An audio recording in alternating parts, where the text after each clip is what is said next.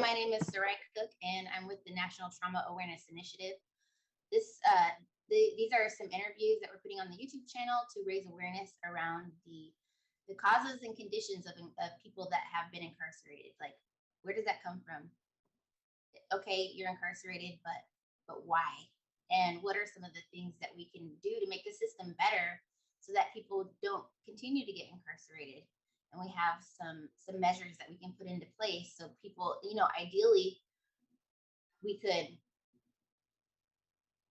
stop incarceration and just kind of like head it off with, and address the real issues. I'm here with Jason Vickers today, and Jason and I are going to talk about his incarceration, what led him to his incarceration, and what he's doing now. So Jason, do you want to just tell a little bit about like what you're working on now? Sure. Hi, everybody. Jason Vickers here. I am the program manager for a program called Weld Works. So I work for a nonprofit organization called Weld. And what we do specifically is we work towards putting folks that have been incarcerated, that have experienced incarceration, whether they're fresh from release or whether they were released some time ago, into safe, comfortable living situations and into positive temp to hire work positions. So go ahead. Every person that I've met, since I've been here in Seattle since early 2020, that's been incarcerated, every person I met, it seems like they have some connection with Weld. Well, we're as active as we can be, and we also work. We overlap into a whole bunch of different communities with what we do as well. We overlap into a few traditional communities. For example, there are many individuals in the Native community in the Pacific Northwest that due to their experience have had some contact with Weld, and most, I'm happy to say, have had a relatively positive outcome. We overlap into some recovery circles. We overlap into a bunch of different places that folks who have been incarcerated would have a very likely occasion to be at. So, we try to show up where we can do the most good. Your Weld is one of the programs that, by my observation, is really doing grassroots work in the community. Really, actually, direct services helps people. One of the hugest needs of people when they're getting out of incarceration is a place to live, a safe place to live that there's not drugs and alcohol present, there's accountability present, there's, job opportunities and opportunities to attend different recovery programs and be around people that are in recovery and doing good. That's what I've seen from Weld, and that's huge, because it's just, you take people in and you just give them a place to live, like right off the bat. Well, I'll tell you, one of the most important things to Weld is that we do this, and it really, this particular concept sort of casts its shadow over everything that we do, and that is almost the entire staff are folks that have experienced incarceration, have experienced homelessness, have experienced addiction in one way or another, have experienced a lot of different things. So what it comes to is when we have the opportunity to work with somebody, we make that very clear, because what it does is it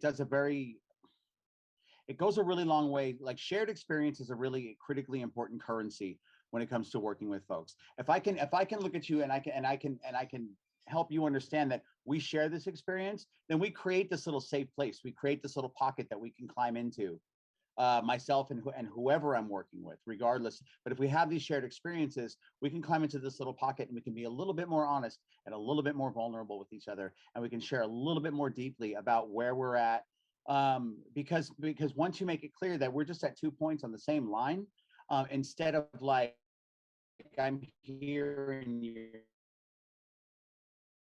different kind of conversation that becomes available. And that's like, my goal is always to try to find that place where I can have that kind of a conversation with somebody, because it's the clearest path towards making real, tangible progress. What I'm hearing from you is basically peer support. Yes, absolutely. And what I hope is its richest form, or one of its richest forms. Why do you think peer support is so important in reentry, other than what you've named, which is they're all important, but peer support is so important in all aspects. Anybody that's working with, like, if it's in a treatment center, if it's in a government agency, if it's in reentry, peer support is so important. Why is that for you? I can tell you why it is for why I think it is and what I Sure. think. I think peer, I think it's as simple as like, it's as simple as we share a common language and we share a common energy, and we know that, and for somebody to know that we have sort of experienced the same, and we can talk about that in a minute in terms of experience. We have experienced the same difficulties and troubles, and the way that can pull one down. But we have found a way through whichever particular topic we're talking about, whether it's personal change, whether it's change as a member of society, whether it's change as a member of your family, any one of those things. And we have found a way to sort of walk back up out of it in an effective way. But once you realize we're the same, we're sort of the same, we're from the same tribe, so to speak. We're from the same, where we have this commonality. Now we can really get somewhere. And it's peer support is important, but I also want to take a minute and say that for those that take the time to really pay attention and really learn the course and apply it and let it govern how they're working with people, peer informed support can also be extremely useful. What is that? I would say, for example, there are individuals that I work with who may not have necessarily been incarcerated in a prison setting, or folks who maybe have been incarcerated but never experienced addiction, or there are folks, for example, like a lot of our clerical staff, for as a matter of necessity, haven't experienced any of these things, right? But for them to sit down and take the time and have enough conversation with us and have enough understanding in time with enough exposure, I find that a lot of people really come a long way towards being able to, there's something to be said for holding a particular kind of empathy, to have an individual that can work with somebody who comes from a very challenging prison sentence or a very challenging history of addiction and homelessness, and really not bat an eye and just be natural with that, is not really a common thing, but it's an extremely important thing.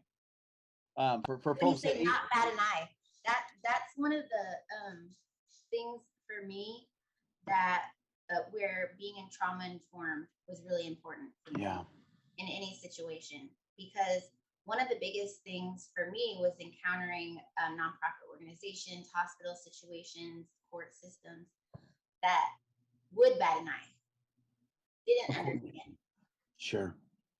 And so I think that understanding and that being able to encounter information that is different from I guess the average everyday information that you're getting from people, and being able to like just sit with that and not have to judge and not have to make the person feel less than for their experience. Well, we're talking a lot and we're giving a lot of attention to what is essentially like the keyhole. You know what I mean? Just sort of like it's like the peephole in the door through which we begin this relationship with somebody.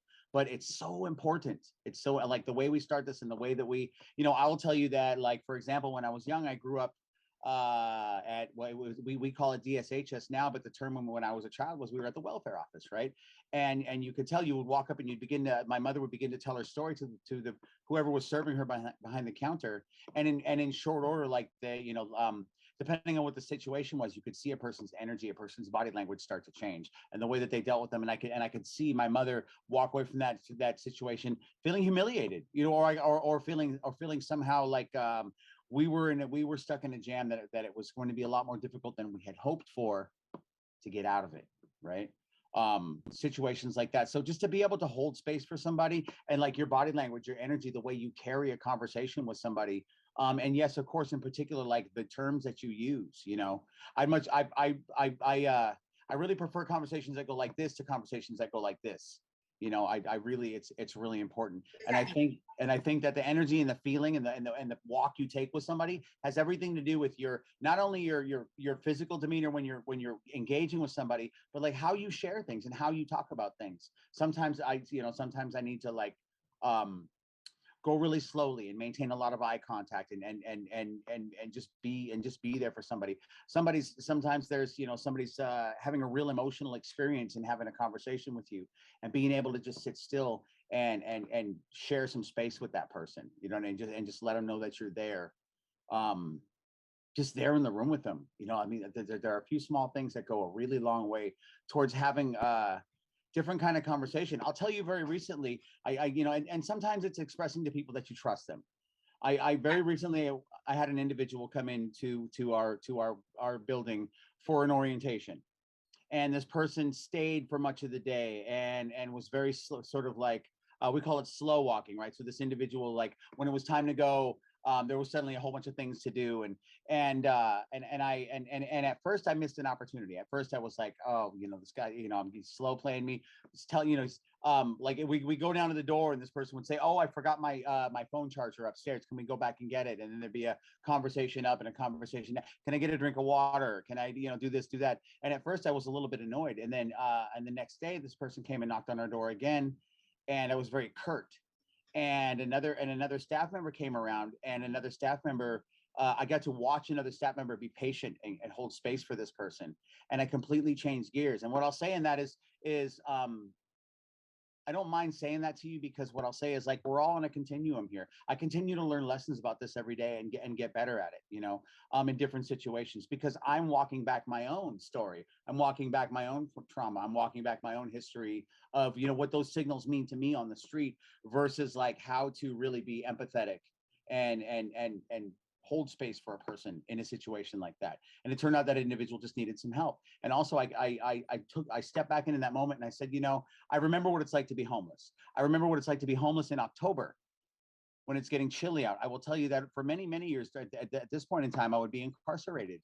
I would be in an institution. I'd be somewhere with 3 hot meals and a place to, you know what I mean? A place to lay my head. And even though I was locked up, I wasn't locked out in the cold. Yeah.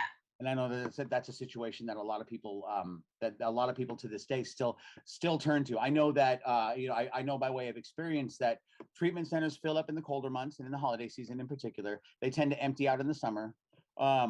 And it's not only true of treatment centers, it's true of all different kinds of institutions. There's definitely an ebb and a flow. And I've experienced that myself by way of like my own personal preferences.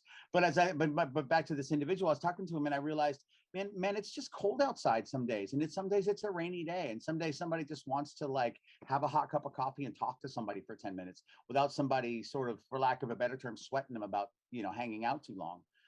So I definitely like readjusted my approach and have had a series of really fruitful conversations with this individual in the last couple of days, and I'm really grateful for that. It's because I can carry that forth into what I'm doing moving forward. And I'm glad I'm glad I'm here to share that, because I will say that like a lot of this stuff it doesn't necessarily happen perfectly, but it happens perfectly imperfectly. Like we're all learning these lessons on the go. And that individual. How would you have interpreted that back in the day when you're on the streets? There are so many different kinds of responses based on experiences that I've either perpetrated or had perpetrated on me. And I would say things like, if somebody was hanging out like that in a situation and it was running a little bit long like that, I'd be real curious as to why is this person hanging out? Because I know if it were my motivations, I have at times tried to just for sort of for nefarious purposes. I'll say that, hang out and wait till somebody's guard is down and yeah, it's something problematic. Exactly. It feels like, in an interesting way, it feels like an affront to your safety, to have this kind of thing happening. And it's interesting that, we get these opportunities to see ourselves sometimes in situations, because there are times in situations like that where if I'm moving fast, or if I'm at a point where I haven't like had I've had nothing to sort of prime myself for the day, and I find myself in a situation like that, I will act out on sort of an old belief system.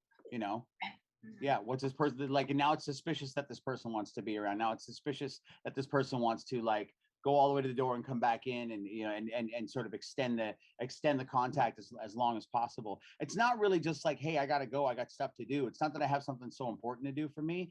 It's that I come from a place where like people would try to do something sort of underhanded to get into another person's space.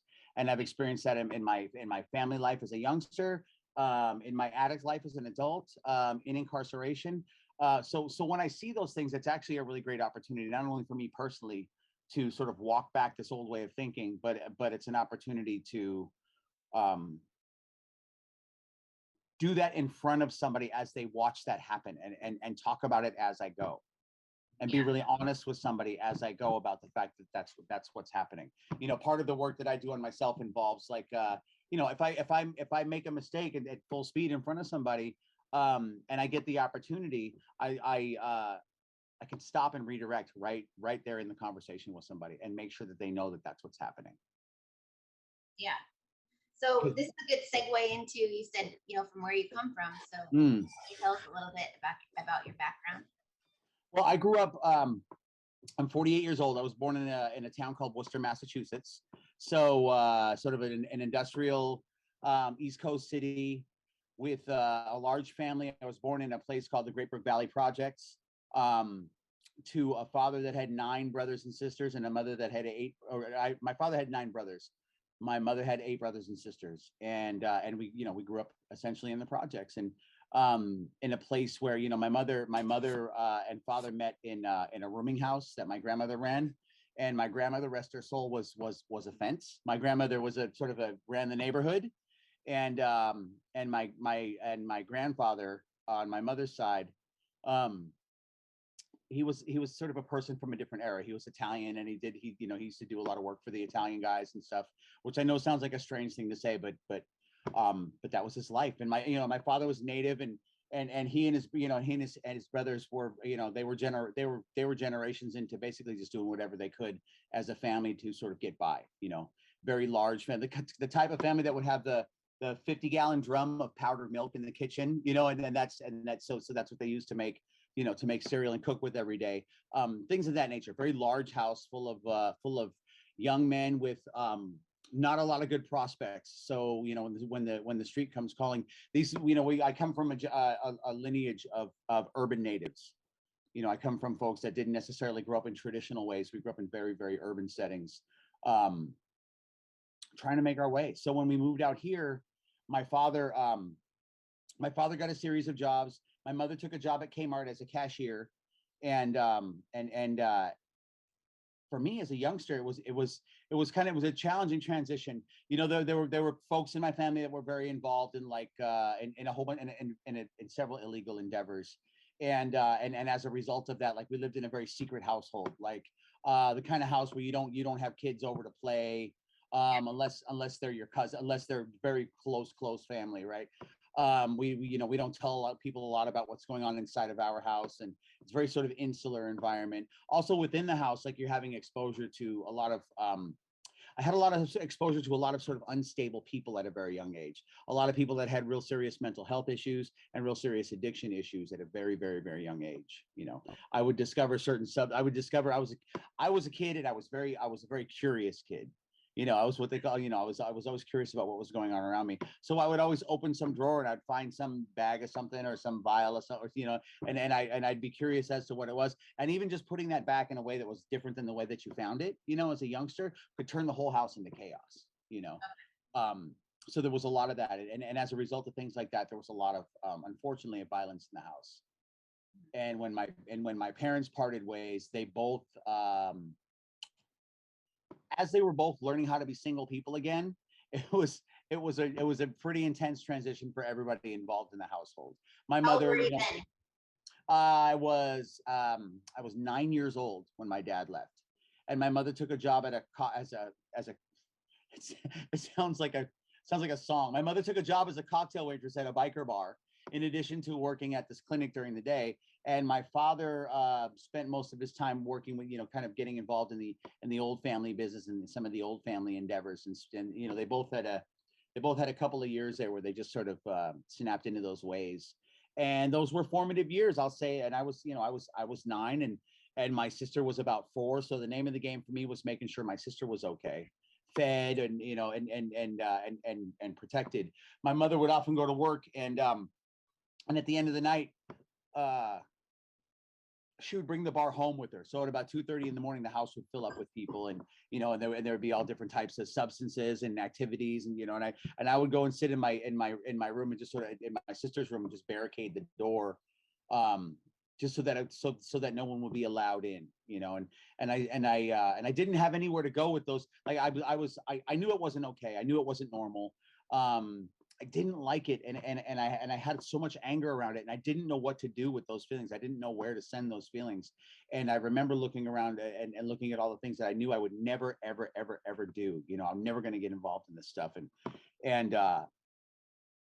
right as I started to come of age, you know, a couple of years later, my father remarried to a woman who didn't come from the kind of lifestyle that we lived, and she was a very sort of what's felt to me conservative by nature, you know, and she wanted to get us involved in church and try different methods of disciplining us as kids, and we had never had that stuff in our life, so there was a real juxtaposition. You know, it was very challenging. I'll say that.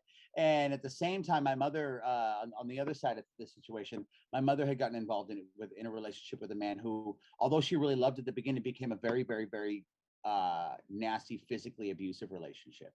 And by physically abusive, I mean like cheekbone is broken or leg is broken or ribs are broken. I mean, you know, like very, you know, very loud, and he was a chronic late stage alcoholic, so he was very unpredictable. If you couldn't tell if he was going to have a glass of wine and pass out on the couch, or if he was going to drink that whole big jug of wine and not feel a thing. Yeah. You know, but either way, like it wasn't going to be a good night, you know, and so there was a lot of I got back into a mode of protecting and defending my sister there, and at the time it felt How old like, were you there? say it again. How old were you at this point? I was about 12 at this point, you know, So 12. at this point, at 12 years old, how many you took the adverse childhood experiences? I sure did. At 12 years old, how many of those adverse childhood experiences had you experienced? Oh, I was pretty close to 10. I'd seen lots of I'd seen and experienced and personally experienced lots of violence in the household. I'd had witnessed violence between relatives. You know, a lot of verbal things. Physical violence was only visited on me a very few times, although of course it stood out.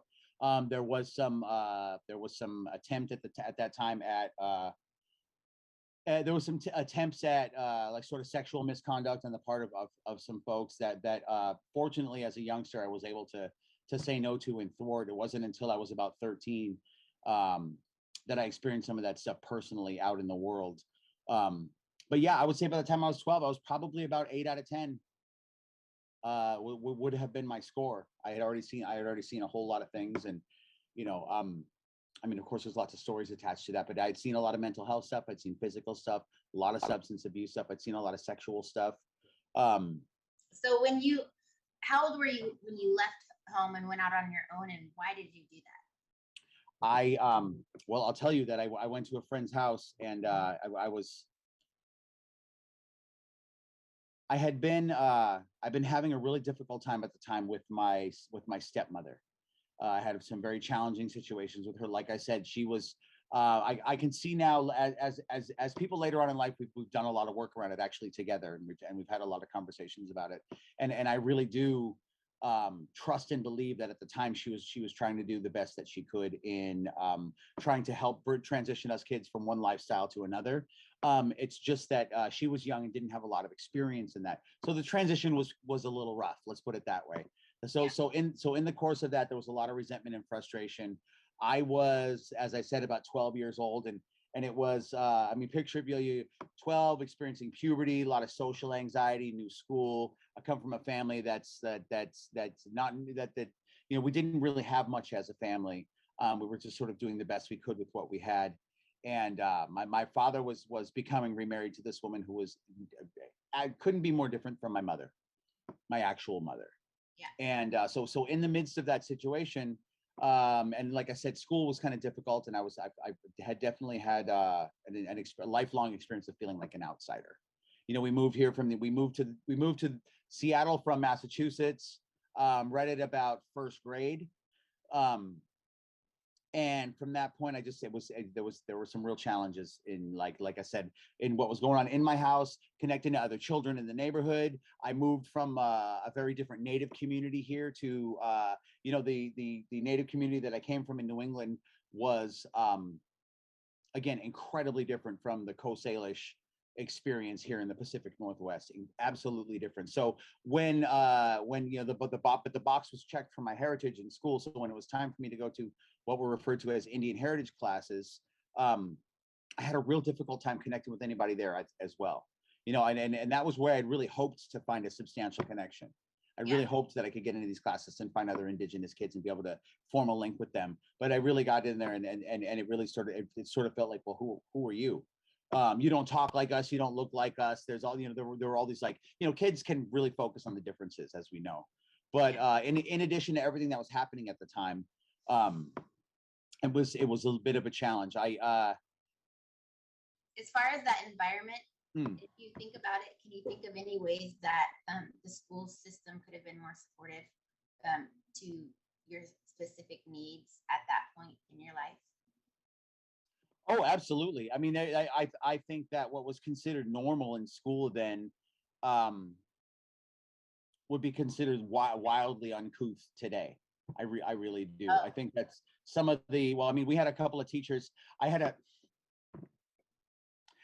a teacher in 6th grade who, if she caught you chewing gum in class, she'd make you go to stand in the front of the class, and the whole class would recite this rhyme. It would go like this: the gum chewing boy and the cud chewing cow seem to me to be alike somehow. A difference there is, I know now. It's the intelligent look on the face of the cow. And all the kids would go, and cows are stupid. And that's what we, like, if you got caught chewing gum in class, you'd be marched up to the front. I mean, things of that nature, you know what I mean? And Public humiliation. very, very, very public, very humiliating. All, like, and for kids who are already really conscious about, like, living in an impoverished situation, but trying to show up at school and sort of kids have this sort of desire to keep up with the Joneses, and when that wasn't really possible, or when like things would get out, like one of your parents would be sort of like suffering some abuse, or suffering something at home, or substances would be a problem at home, and you would come to school and try to sort of cover that. Or other kids who went to your school, lived in your neighborhood, and would see a violent outburst at your house, or something like, or the police were called to your home, things of that nature. It would be obviously be talked about in school. And when you're in like 5th, 6th, 7th grade, it's a challenging time to do that. It's already 6th, 7th, 8th grade is already it can be such an intense and difficult time to be in school, when we're coming of age, when we're in those junior high school years. I mean, that would be hard for people that didn't even have that, to be That's right. humiliated, to be called stupid at school by your teacher. Even people that didn't have it, but for people that have trauma and are having adverse childhood experiences, sure, to be called out and called up in front of everybody and called stupid and being made fun of in front of the entire class was my biggest fear. Torture. My biggest fear in the world at the time, I promise you, my biggest fear in the world was to be seen. I'm going to be seen. Someone's going to see, you know what I mean? I'm trying to get in where I fit in. I'm trying to get along. I'm trying to I'm trying to like ease the transition, because all I want to do is hide out sort of in the middle of a crowd. You know what I mean? I just want to hide out in the middle of a crowd and kind of be invisible and do that. But oftentimes, it wouldn't work. Someone look around and go like, who's this kid? He's got holes in his pants, or he talks funny, because I had this accent from being back east, and there'd be a number of things like that. And what I'll say is, it culminated in it was actually about this time of year, 35 years ago. I was 13 years old, and it was fall, October, and we went up to a friend of ours' house. We cut class. I was going to a school called Cleveland High School over in Seattle on Beacon Hill. And we cut class. We went up to my friend's grandmother's house, and we all had a drink. We had to drink a black velvet Canadian whiskey, and my friends all thought that it would be cute. I went upstairs to use the restroom before we had our drink, and they all put a little shot in theirs and a whole bunch of soda. And they thought it'd be cute to do the opposite for me, so they put a whole bunch of whiskey and just a little bit of Coke, and we all and we had this. It was an old sort of avocado colored kitchen, not to date myself too much.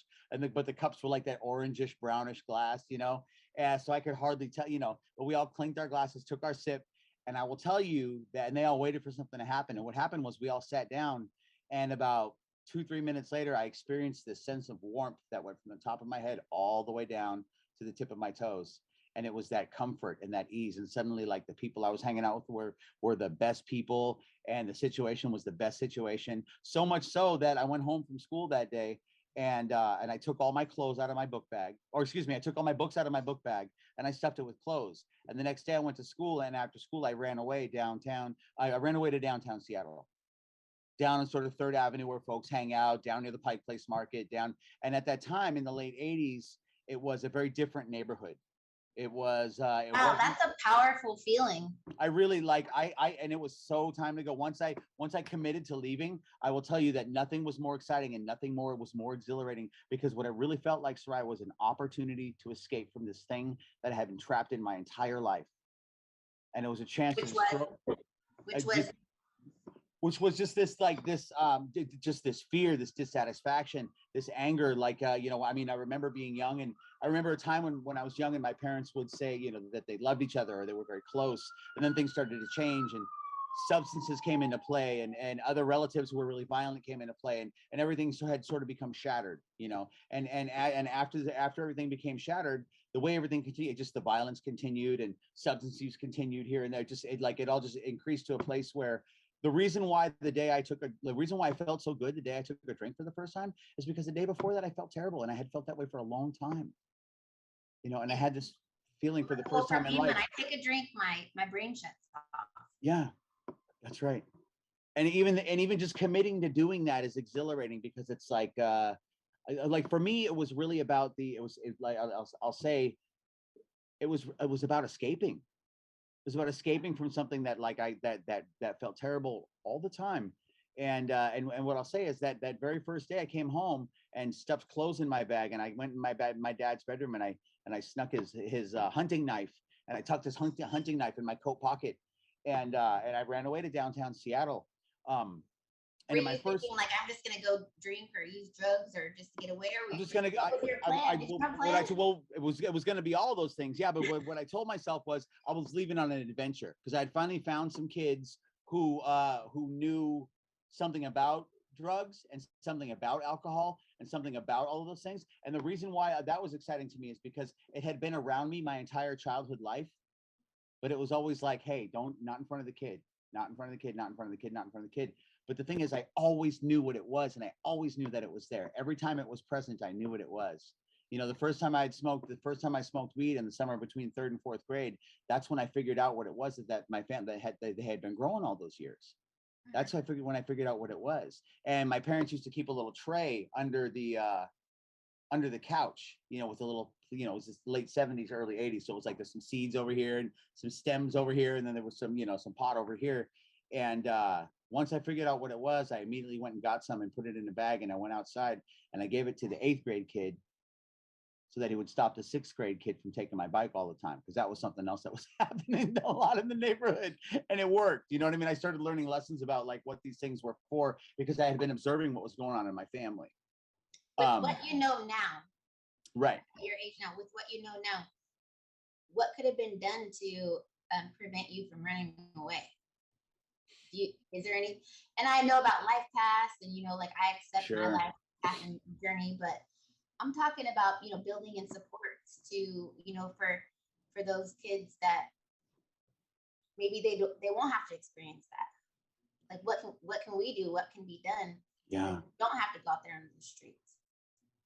I will say the most useful experiences I had were I had probably, and really only a couple. Like I could really only count one or two, where someone older than me took the time to sit down and say, listen, I know this is what it feels like right now, and this is what's happening right now.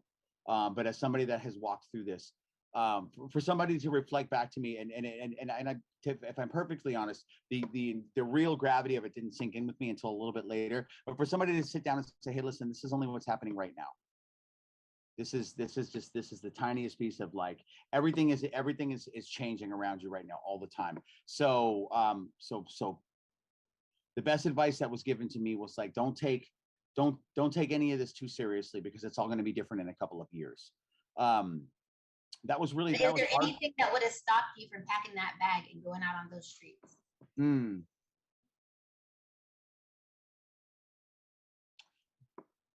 I think it starts a little bit earlier than that, but I think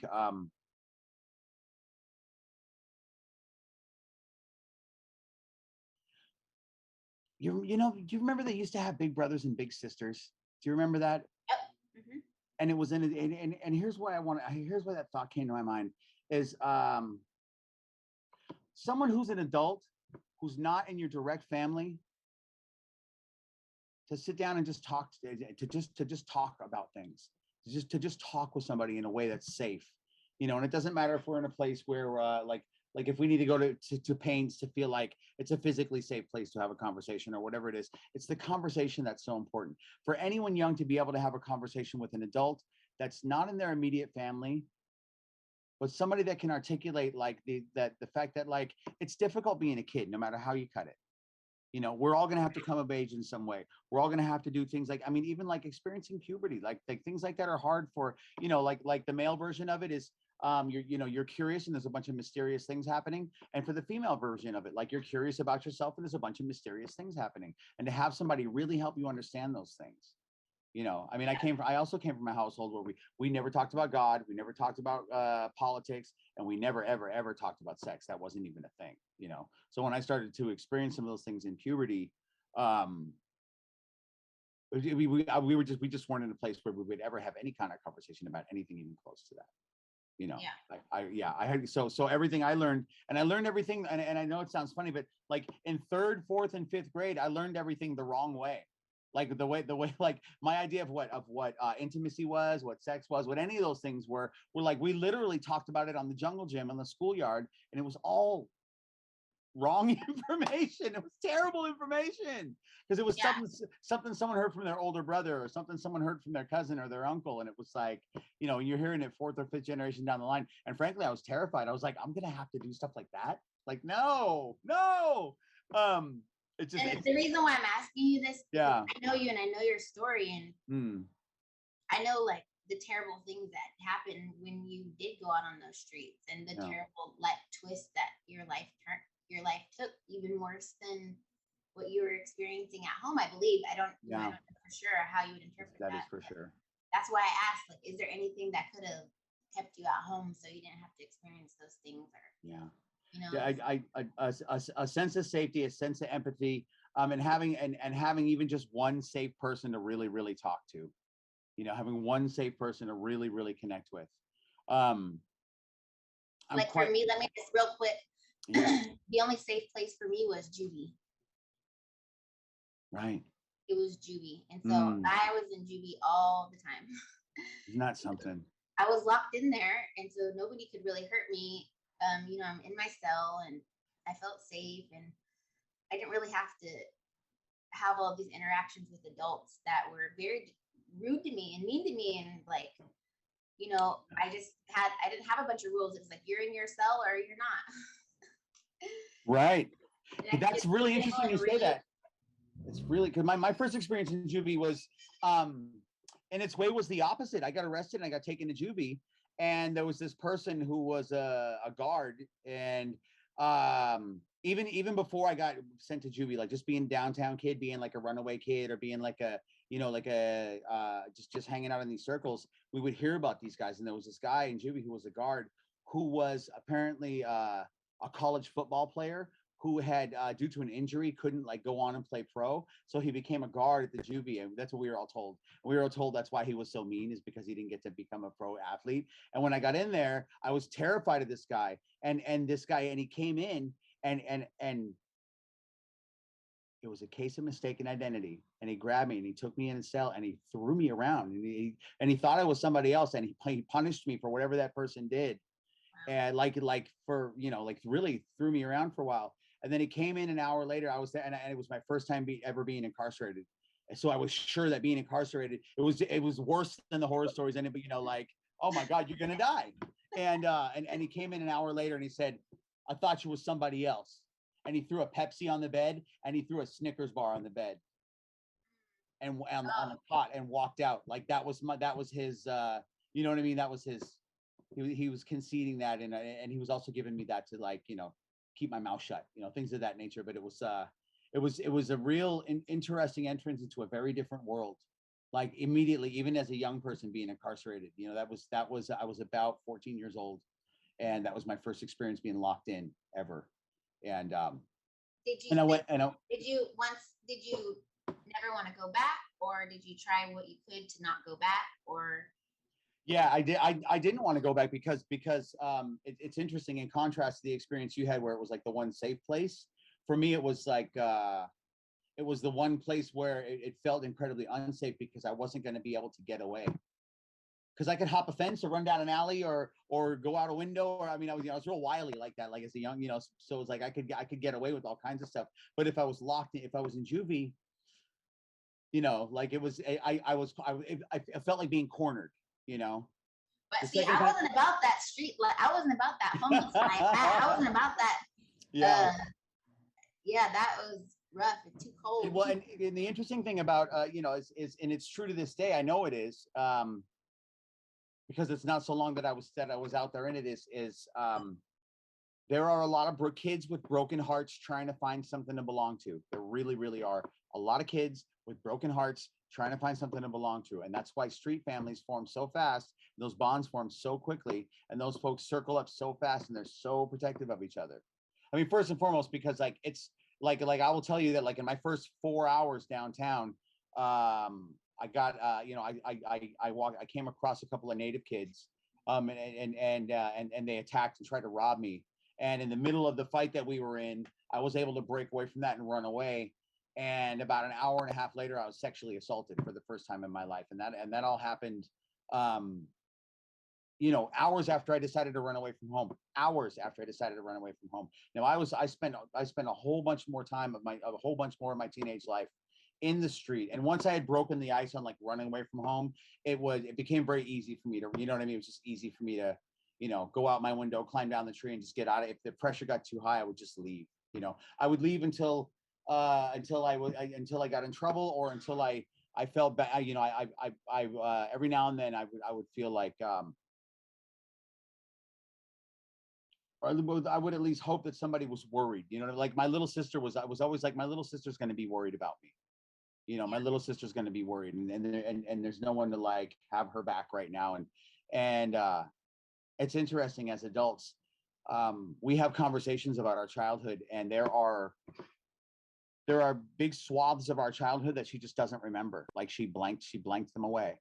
And I always tell her that like I remember all the, because I remember all the details. I mean, I remember everything almost like to an excruciating degree. Like it's like we were at this house and I had just got these sneakers and and my mom had just ironed on the knee pad, then the patches on the knees of my little dungarees and we're hanging out. And then we heard the sound of breaking glass and then this happened and then that happened. I remember a few situations like that.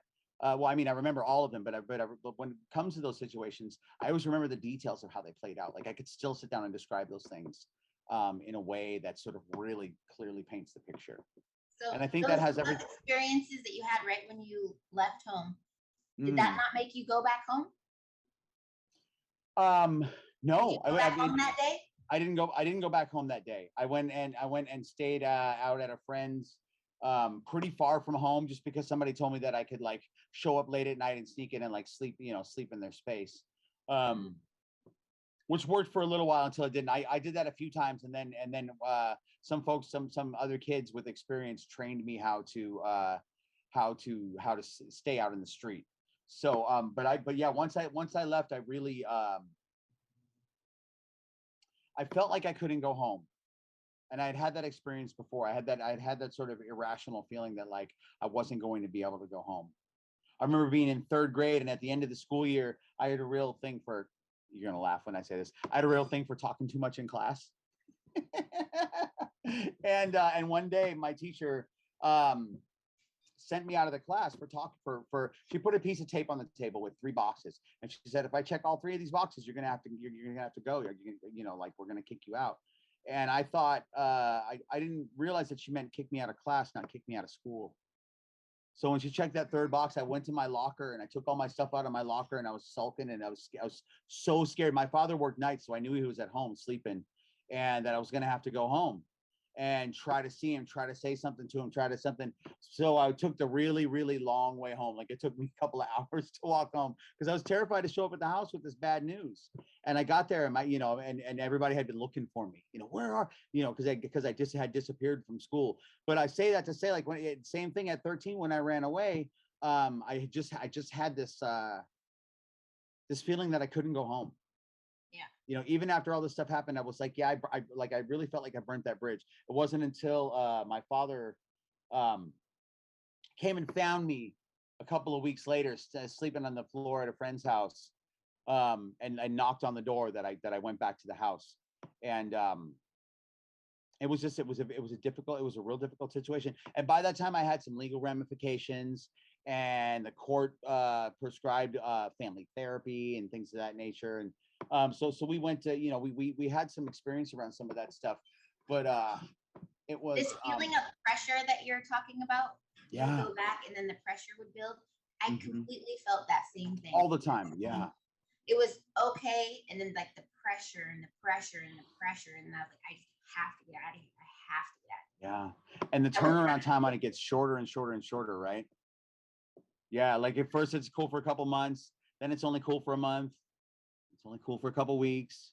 And then it's like, man, I just came home on Friday. By Monday, like man, I'm going out the window. I'm going down the tree. I wonder what that is. Yeah. There's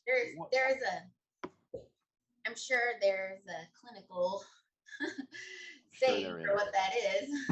What I know is once I discovered a way to get out of it, and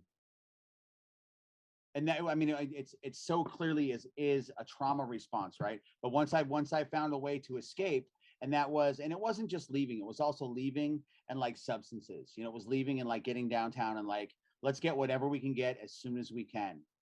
I was small and I was wily, and they used to keep the grocery store, there were a lot of with the advent of the 24-hour grocery store, they used to keep everything where you could reach it, the cartons of cigarettes and the bottles of beer, or all that stuff. And we were like, we were very practiced at shoplifters. We did our best to do that. Or we would wait for the truck to pull up and the person to sort of like take the hand truck full of food and bring it into the store, and then we would go get in the truck. You know what I mean? And there'd be 4 or 5 of us. So to us as kids, all of us with our own stories of trauma, all of us with our own, running from our own particular thing, for us to be out in the street like that felt like the ultimate freedom. Yeah. You know what I mean? It was like this one time in our lives where we felt, again, like the reason it felt so good is because everything at home felt so terrible. So suddenly we were free. Suddenly we could do all these things. So all these adventures we had together, climbing into newspaper bins and burying ourselves in newspapers so we could sleep at night somewhere warm, doing it in packs of 2 or 3, which was so much better than doing it alone.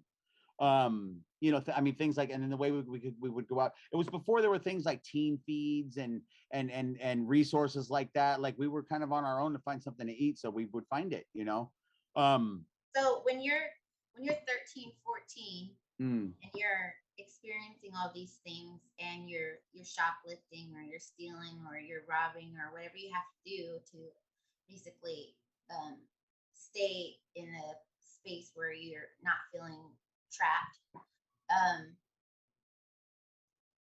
it doesn't feel illegal. Like I remember it not feel, it's just like a normal part of life. Right. I know I'll get in trouble if I go and steal at the store. I know there's a possibility of that, but it just feels like a normal part of life. That's right. And going in and out of jail and in and out of juvie, it's like a normal part of life. It's not even weird. That's right. A few times it's just like, oh, I'm going back there. Or, oh, I know if it's too cold out and I don't have anywhere to go, I can just go steal at the store, and then Well, it's interesting. That's absolutely true. It's interesting too. What I remember very clearly, like I remember that feeling of freedom and that sort of escapism, and I remember I of course in hindsight, like I really remembered the exhilarating, sort of exciting part of it. Not so much the when the party's over and things sort of start to get difficult feeling. But I remember very clearly that feeling and holding tight to that feeling. And I also remember that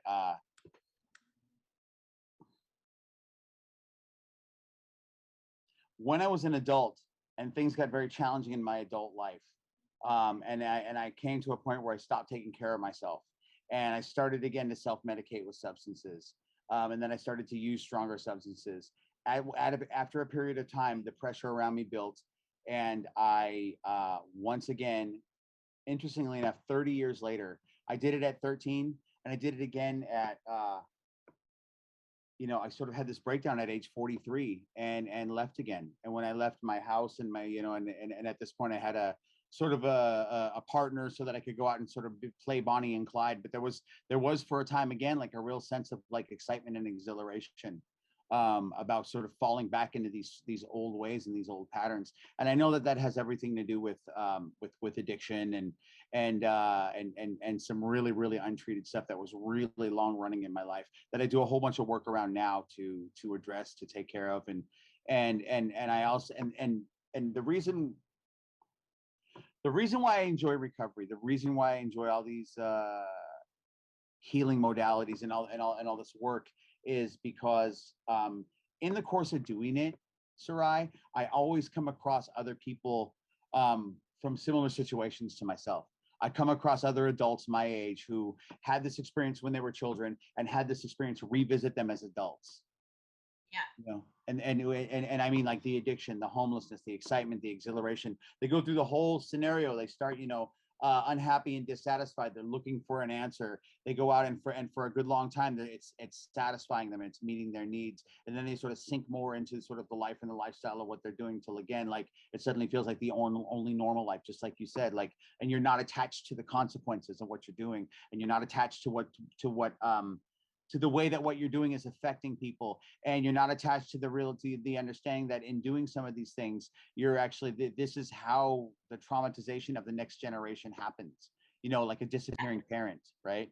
Or a parent who's in like a difficult situation that's causing you shame as a child. It was difficult for my daughter to experience, and these are things I wasn't thinking about when I was out there. The fact that my daughter's experiencing this as well, her mother's experiencing it, all my siblings are experiencing it, and my parents are experiencing it again. Yeah. And so how do you get from that entire lifestyle to enough's enough and like I have to find a different way? Yeah. For me, I was fortunate that I caught I caught a moment of exhaustion. There was a point where I was just I had been out using, running around up to my neck in that lifestyle and that environment, and trying to get money and doing things of that nature. And it all came to a point where I fell asleep. I fell asleep on a piece of cardboard in front of a restaurant in a neighborhood that I used to live in. This is 43 or this was it's about 43, 44 years old. As a healthy adult, I had lived in this particular neighborhood and on Seattle's Broadway, and there was a hamburger restaurant called Dick's, and I woke up on a piece of cardboard in front of Dick's. And Dick's was a place I'd been going since I was young, and sort of like the most down and out of the most down and out is might wake up on a piece of cardboard in front of the tree in front of this particular restaurant. And there I was one morning, and I sat up, and it was a real moment of clarity. And I was with some other folks, and I went down to the public restroom to sort of wash up a bit. And when I came back, everybody was gone, with of course my belongings. But I didn't care. I was hungry, so I went and I got some food. And after eating a little bit of food, I slept. And when I woke up later on that night, I was in a parking garage behind a pizza restaurant, and there was a police cruiser sort of patrolling. And I looked at him, and I remember the thought that I remember thinking, like, you should go talk to them. And I remember, and it went against every instinct I had, but I knew in that moment, I said, I thought, if you don't go say something to these guys right now, you're going to miss your window of opportunity, and you're going to be right back out here. Mm-hmm. And so I went to talk to them. There were two cops, and I told them that I had been on the run, and I told them what my situation was.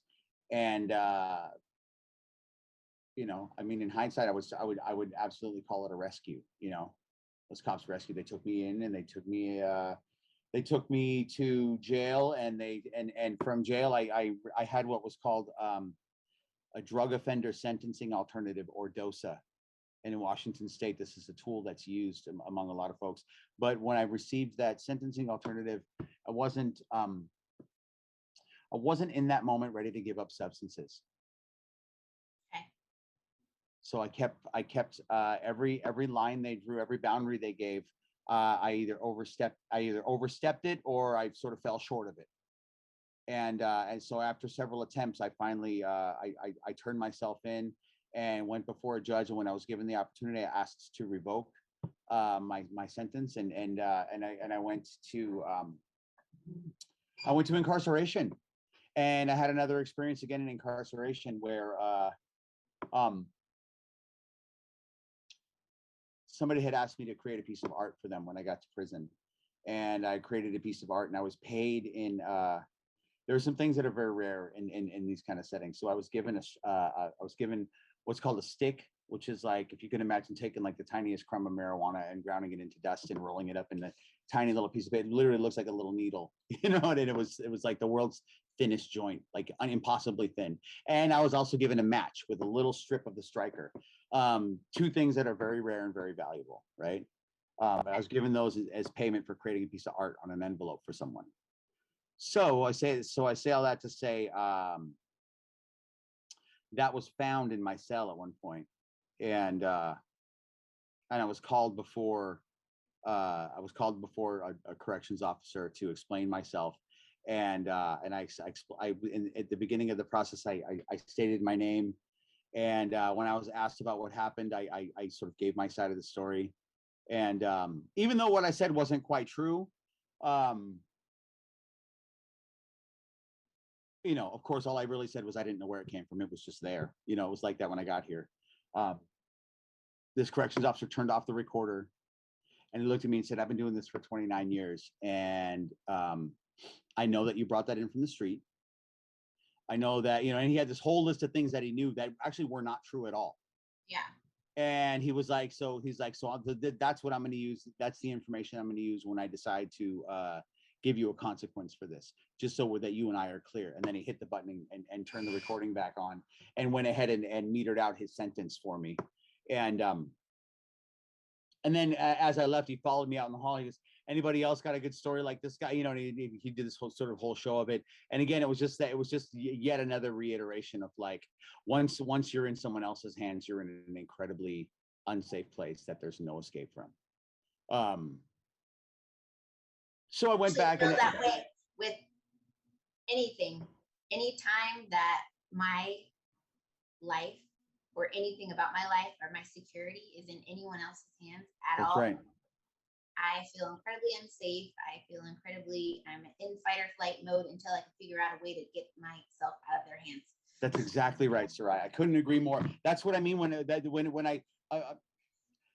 it's absolutely imperative that I take good care of myself, because if I don't take good care of myself and I don't try to grow and improve myself through like working with other folks that have the same kind of experience as me, I know that I have the capacity to forget the severity of it. And I know that there are very subtle ways in which I will stop taking care of myself, and I can turn back down a road that will ultimately terminate at me making some really serious choices.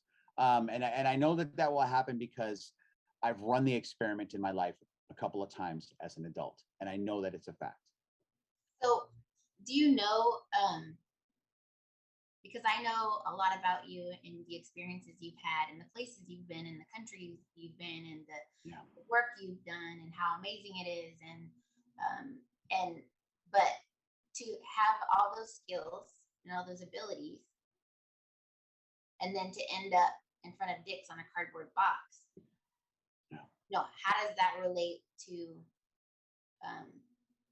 just what you're, I guess it could happen. I feel like it could happen to me because, I'm an attorney. Absolutely. If I don't get up and try to do something every day, there's a little voice that sits right here that really starts to remind me that like I'm worthless, starts to remind me that I have no values, starts to remind me that I'm always in the way.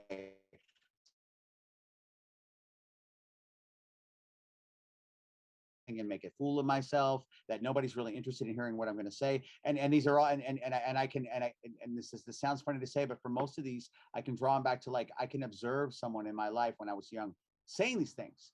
I can see it. You know what I mean? Whether it was a babysitter or an aunt or an uncle or a cousin or someone from up the street or someone else's parent, or God forbid, every now and then one of my parents or my step parent, or I can hear it. I think I was pretty sensitive as a kid, and I think that I was pretty sharp as a youngster, And I think that I took in all this information really, really quickly, and was able to keep it all. But but when I was a kid, I didn't have experience and discernment to know what to do with it. Yeah. So I started making a bunch of decisions about what the world was like, you know, and as those and then I started living as though those things were true. So as a result, as a response to trauma, all the choices that I made, if I look back now, were trauma response choices. No one's going to like you for who you are. You better find a gimmick. You better find a reason. You better find something to, you know what I mean? And for some people, it's like sell drugs because everyone likes the drug dealer, or be the funniest kid in the room, or, any number of that, or be like really good at crime, or really good at getting out of crime or getting out of trouble. There were all these different things that it was like, you better develop a little painter's palette of these things to be able to use out here in the world, or you're not going to make it. I used to be terribly afraid of not making it because I watched all these people in my family. I watched the men in my family grow up and become incarcerated. I watched the women in my family grow up, become addicted, and die really young. I watched it happen all over the place. My two largest fears when I was a youngster, and I mean quite young, was like maybe 6 years old, that I was going to grow up and I was either going to become a homeless person, of which the term I used when I was a little kid, because I didn't have any other term to work with, was bum. I used to be my mental impression, it's still like, you're going to grow up and become a bum because you're not going to know how to be an adult, or you're going to grow up and you're going to be put into prison because you don't know how to stay out. And it was like that. It wasn't you're going to get put in prison because of anything else, but like because you, like, in my mind, it was like there was sort of a funnel, and if you don't do a good job of staying out of it, you're going to slide right down into this hole, and that hole is prison. Because that's what it felt like when I would watch my uncle slip away and get locked up, and then they would come back and slip away again and get locked up, and then a third time. I mean, like, you know this scenario. This is like, and I watched it happen to a lot of people in my family. And it was like that with incarceration. It was like that with substances, and for the women in my family, it was like that with more dangerous things, like sexual assault and accidental death, and things of that nature, or egregious health problems. My grandmother died at 3 years older than I am right now, and my mother died at the very same age. They both died at 51. So as a 48-year-old person, there are times where, like, I you better believe, like, I just came from having a heck of a workout this morning. I want to take care of this, and I want to be around, because I know there's a way to be around for a good time and a long time. So what's different now than the other times when you got out, or what's different about this reentry process? Or Sure.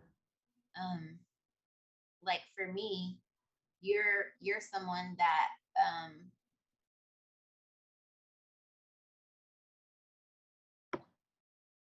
like, I don't know if I didn't meet you, like, the connection that we made, and the people, the community that you introduced me to. It's like, we're not always perfect, but it's somewhere to go, and it's something to belong to and to fight for. Right.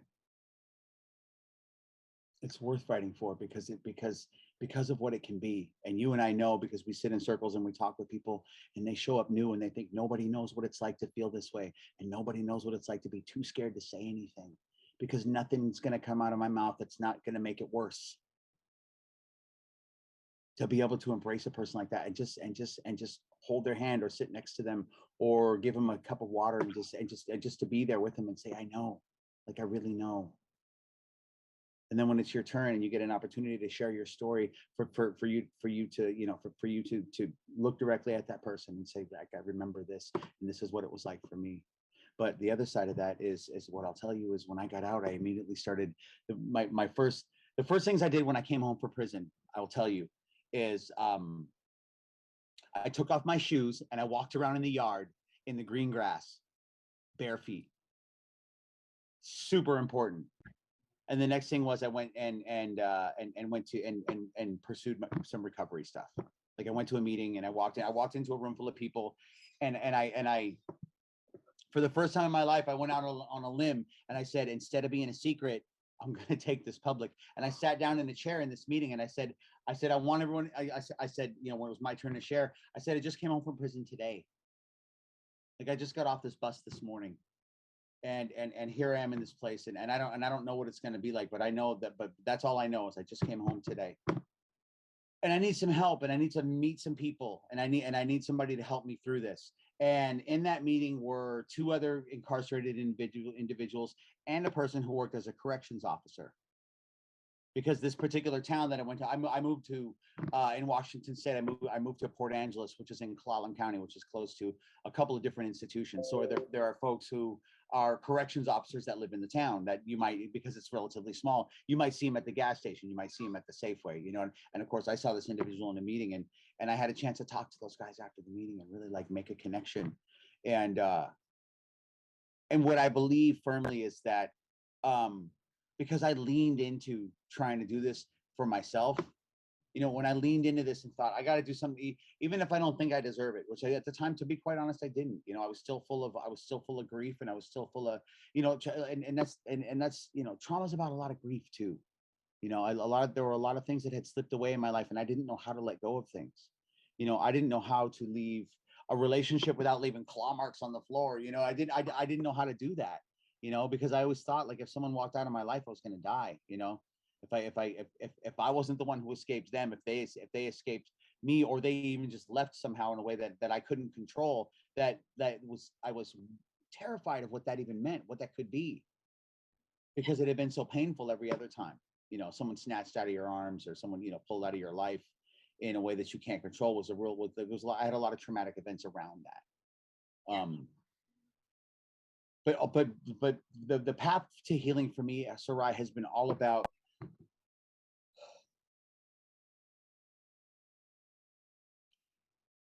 keeping my mouth open.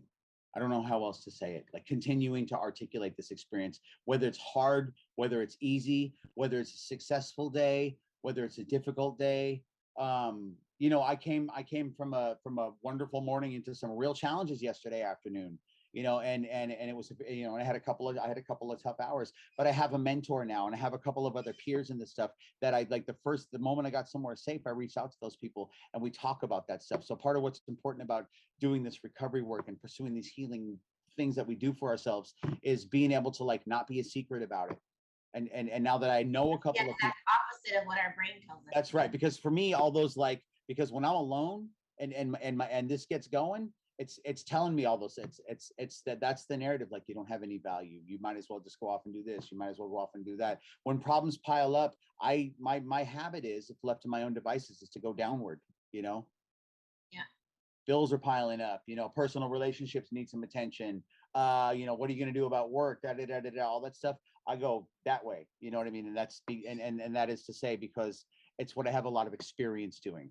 So at this point in my life, I'll say I have a lot of experience going in that direction. Also have a lot of experience as a sort of like being the comeback kid, you know, coming back from like, you know, spending that 6 or 8 months. Let me start to put everything back together. The real challenge now and the real work now lies in sustainable adulting.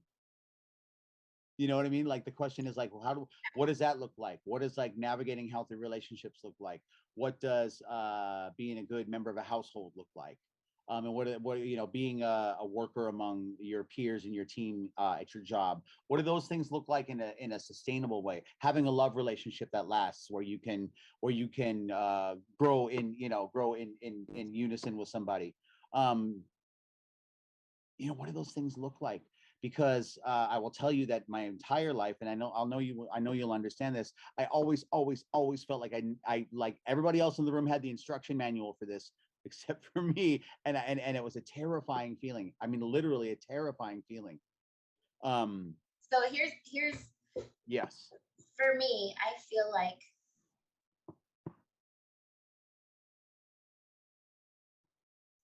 if I know, like out here, that, you know, if anything ever happened, I do have support, right? Yeah, that's right. But I also feel like we're all struggling to survive. Most of us, not, you know, like I'd say, like in the country, you know, you have the top 5%, but then everybody else, 95% of us. That's right. Are living paycheck to paycheck and don't have, you know, a year's worth of salary saved up, and you know, and that's why we have these safety nets like unemployment. We have the safety net, right. You know, health health coverage under Apple Care or whatever care. And Imagine having a year's salary saved up. You know what I mean? It's like, I don't mean, yeah, that's an amazing fantasy. Can't, Yeah. can't imagine. Yeah. But it's like for these things that we need, not only what we have now, but how can we build into the system the supports we're getting from recovery, the supports that we're getting, the things that are making us successful right now, the things that are making you successful right now. How can government and society, build these kinds of supports into the systems that we have, so that it's easier for people to be successful. The easiest and most basic answer that I have is based on my personal experience, which is this: I like as we said at the beginning, I work for a nonprofit, and every week we do an orientation where we're bringing anywhere from like 6 to 12 people, and we start what if people stick around and work with us, we start what becomes a running conversation. We start with qualifying. This individual has an opportunity to qualify themselves. I qualify myself. Now we understand that we're peers in some really interesting ways, and it doesn't have to just be incarceration. It could be like ways we grew up. Sometimes it's like we living in the same city. It's like, where'd you go? Any way you can make a connection. Where'd you go to school? What part of town did you live in? Like, perhaps someone in common. Any number of those things. Whatever I can do to make a real and substantial connection with somebody, and from there just start from that and just develop that. So the government can do that? Well, here's what the government can do. What the government could do, if I could create an ask, like we're talking about here, what the government might do is everything it can to foster a situation where shared experience is the tool. The primary tool is shared experience is the tool that is used. We have a country full of formerly incarcerated people, and there are a surprising number of people that are striving and doing well and thriving that are formerly incarcerated. And perhaps an opportunity for each and every one of those, for those people to choose an option where they are well supported, like well financially supported. Like what if it's a really good, well-paying job to become a peer supporter, instead of instead of making like a school teacher salary to be able to do the same thing. You know what I mean? I mean, it's 2021, like making $16-18 an hour to work as like peer support at, say, a treatment center or a detox or, something of that nature. Not sustainable. You can't live. Not sustainable. That's right. It's in that in-between place where it's not enough to pay your bills, but it's not low enough for you to get food stamps either. You know what I mean? Yeah. It's a tough in-between place. So what I mean is like support shared experience by supporting people to work specifically in the field of peer support. And the good news is I feel like this answer that I have to your question is tangible and it's specific. It's not this sort of, esoteric idea of, well, maybe it's not some far off concept. If you can create a way to fiscally support, to support in terms of like make people feel as though they're encouraged and supported, to lend their experience and their skills with their lived experience, that degree that you can't get in college. You get this is the degree that you get on the corner. You know what I mean? To put that to work, to share with folks that are stuck in those situations and provide a pathway, provide a portal out of that for people. Well, here's the where I've experienced peer support was at Cowlitz Tribal Health. Yes. And so that peer support, I feel like, was really supported, and it was she was looked at as an equal. Yes. Had a seat at the table. I don't know if she did or not, but that's how I perceived her to be. And so, but that's in a tribal environment where, you do get a lot more of that versus like other environments that are non-tribal. For someone to, to be a peer support and maybe not necessarily have a college degree, maybe not necessarily, fit the criteria of someone that would get respect and a seat at the table in mainstream society, right? I think they end up getting objectified and treated like not very well, and their voice isn't heard, and they don't feel like they can really stick up for the people that they're helping. And I mean, I can just really see that happening. Yeah. instead of having a seat at the table at the highest echelons of the organization. Yes. This is what's happening on the ground. Well, Sarai, what you're describing now about I guess that's part of why I said it in the first place as well, is because when you describe people who currently work from that model, who currently work from that shared experience model, like folks at Cowlitz that are supportive, and then you turn around and you say from sort of like the next level up from them, there's a lack of them being taken seriously. There's a lack of them feeling like this shared experience that they're using to literally save people's lives has value, and that some form of like taught experience is more valuable. Now, I'm not saying it's not. It's obviously valuable for many reasons, like going to school and learning this stuff. And it's like I'll tell you, for years I worked in restaurants and I spoke Spanish. It wasn't until I went to community college and took some Spanish classes and learned how to put it in a framework that it became really useful to me. You know what I mean? Yeah. I knew how to speak kitchen Spanish for years. Then I went to school and learned some grammar. So now I have a framework, and I know that it can be like that with lived experience with people. Yeah. I know that there are opportunities. A lot more powerful when you can name it and know the theory that you're working in. Exactly. But I want to see. I would like to see people that are working from a shared experience model to get a little bit more respect for what they're doing, and to be taken a little bit more seriously for what they're doing. That's part of the reason why I said that. That's what I mean when I say I want to see it supported. I don't want to just see they have to be able to speak up and be listened to and not be afraid of retribution, not be afraid they're going to be fired, because if they're a good peer support person, they're going to have to push back on the system. They're going to have to, because no question about it. Created is traumatizing people. That's right. To be able, because to be able to quote unquote look at the system, if we can call this sort of nebulous thing called the system, if we can like give that an identity, to be able to look at the system and say, listen, I understand, I'm here to tell you that this person is experiencing something traumatic because I experienced it as well. And I have done I have done all this work to sort of like become a person that can lead a way and open a door to communicating with folks that have been affected in this way. Yeah. But if we're going to get anywhere, I need to look at this quote unquote system and say, listen, this is serious, and you need to understand that it's real. Trauma, trauma. Give them a tissue for their issue and tell them, pat them on the butt and send them on their way. Like, no, it's not a joke. Yeah. It's not a joke that trauma exists. It's real, and it affects people. And I will tell you that like these things that I experienced as a kid, they make my life as an adult damn hard, Sarai, sometimes. Yeah. And I don't like it. And I know what it's like to feel lost.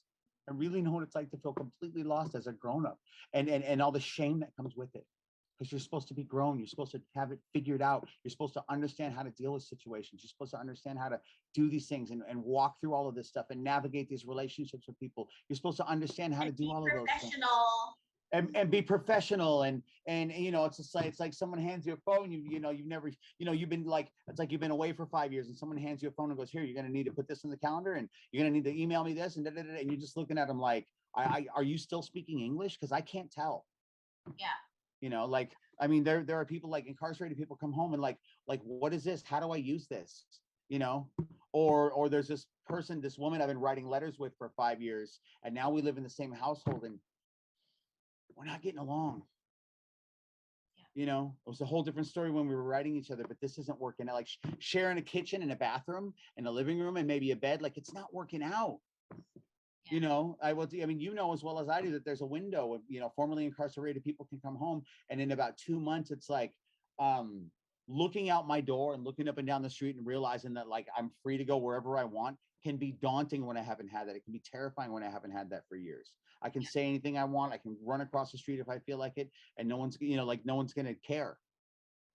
Conversely, like I said, all those other things, like how people in an incarcerated situation oftentimes have very particular relationships based on the fact that they are all aware of the place that where they currently live is not safe. Yeah. Right. And then they come home to a place where we all have a reasonable expectation that you have an assumption that the world is safe, but you don't yet. Yeah. I can't sit with my back to a door. I can't have someone standing over me while I do anything, signing a piece of paper or eating or even just talking to someone else. Anywhere I go and anything that I need, those people are trying to get me locked back up. That's right.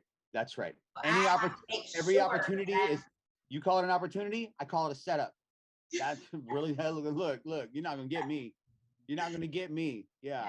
you know, and you know, we have friends who's, you know, and it's just like we can still hear it in people's language. You're not going to get me like that. No, no, no, no, no. Like you got me messed up. If you think I'm going to fall for that, and it's so hard to let that ramp down. You know, it's so and it happens quicker for some people than others. Yeah. You know, but not many people are given any space for it to happen at all. Come home and Well, be better. I'm like Come 20 home and be years better. out and I still struggle. Yeah. 20 years out. I'm saying, like, you know, because people really are. They're told, like, come on home and be better. Like, you're good. What are you complaining about? What do you mean you can't sleep at night? Who cares? You know, or whatever it is. Yeah. You know, interestingly enough, it's But I feel lucky because I'm in Seattle. This is not a resource desert. Someone told me that the resource desert. This is not a resource desert. There are a lot of resources here. There are places, you know, I lived in Oklahoma. I lived in another city. Yeah. Those are resource deserts. There's no help for people. That's right. There's not even public transportation. Like they say come to court. How? Do I get there? But you better be there, because if you're not there, there's a warrant. Yeah, there's no. I could talk to you all about this stuff all day long, but I don't want to take all your time up. But thank you so much for coming on. Before we go, is there anything that you want to say or bring awareness to, or? I just want to say that if you if you are not a person with these experiences and you know somebody who has these experiences, the only thing I could say is, like, please do whatever you can to get that person to a place where somebody else who's had the same experience can share it with them. You know, if and whatever it is, if somebody's been in a car accident and they're traumatized from it, if somebody's been incarcerated and you can tell they're still feeling the effects of being institutionalized, if somebody's addicted and you may not be the person who has been that way before to articulate a way out, find somebody who is, put them in touch and just let them put them in touch and let them do their thing. Let them create this, because I believe that I believe there's room in this life, there's room in this world, there's room in this universe for us to do that. And I'm a firm believer in the fact that, like, when we plant the seed, there's something really special in this universe that wants it to grow. So it's going to grow. If someone or if people could get anything out of this interview with you today, what would you hope that it would be? I would hope that they can see that they might be able to see if they've had some of these experiences, or if they've lived something like this in one way or another. I try to cast a wide net of all these experiences that we've had, so that, you know, if you've been homeless, or if you've been addicted, or if you're confused about your place in your family, or if you feel like the only person in the room who doesn't have the handbook to life and it gives you anxiety, or you've been locked up, I want to cast a wide net. You know what I mean? If you're any one of those people, I'd love to talk to you. And I know I'm not the only one, that there's plenty of people out here that would like to talk to somebody like that. So if you are that person, or again, if you know that person, please find somebody for them to share with. Help them blow off that steam. Help them, like, find that community that they seek, because they're there. And what I'll tell you is, like, on the other side is, just like when we go out to feed homeless communities and give them fresh pairs of socks and things like that, all I ever say to people is, like, all you need to do is survive this. I'm not interested in getting in the whole political controversy about homelessness, or who's what, or who's this, or who's what. As my housemate says, I look at each one of those people and say, that's a future member of a recovery community. That's what that is. Period. That one person can help so many people. That's right. That's because I know you've helped hundreds, maybe thousands of people. You know, like, one person can just make such a difference to how many people. And I'll tell you, I was the dude who slept in the shelter at the park near the zoo, who washed up every day in the park bathroom, you know, with the weird fluorescent lighting and the weird metal sink, and you know, like I you know, that was my life for a long time, until it became something different. So I go out there and I love to share that with people, and that's what, and I really mean it when I say, all you need to do is survive this, because on the other side of it, there's space for redemption. When it's time for you and you feel like you want that more than you want this, you'll do it. You'll do it. And so that's it, Sarai. You're a very, very dear person to me, and I treasure my time, and I treasure getting to have a conversation with you. I really do. Thank you. It's a real joy. It's a real joy. I'm so glad that we get to walk some of this good stuff out together, and that you are engaged in this wonderful process of reaching out to people to be your ally as you do this good work, because it's really important work. And please don't ever, ever for a moment forget that. Even when in any situation, don't forget that what you're doing really, really matters.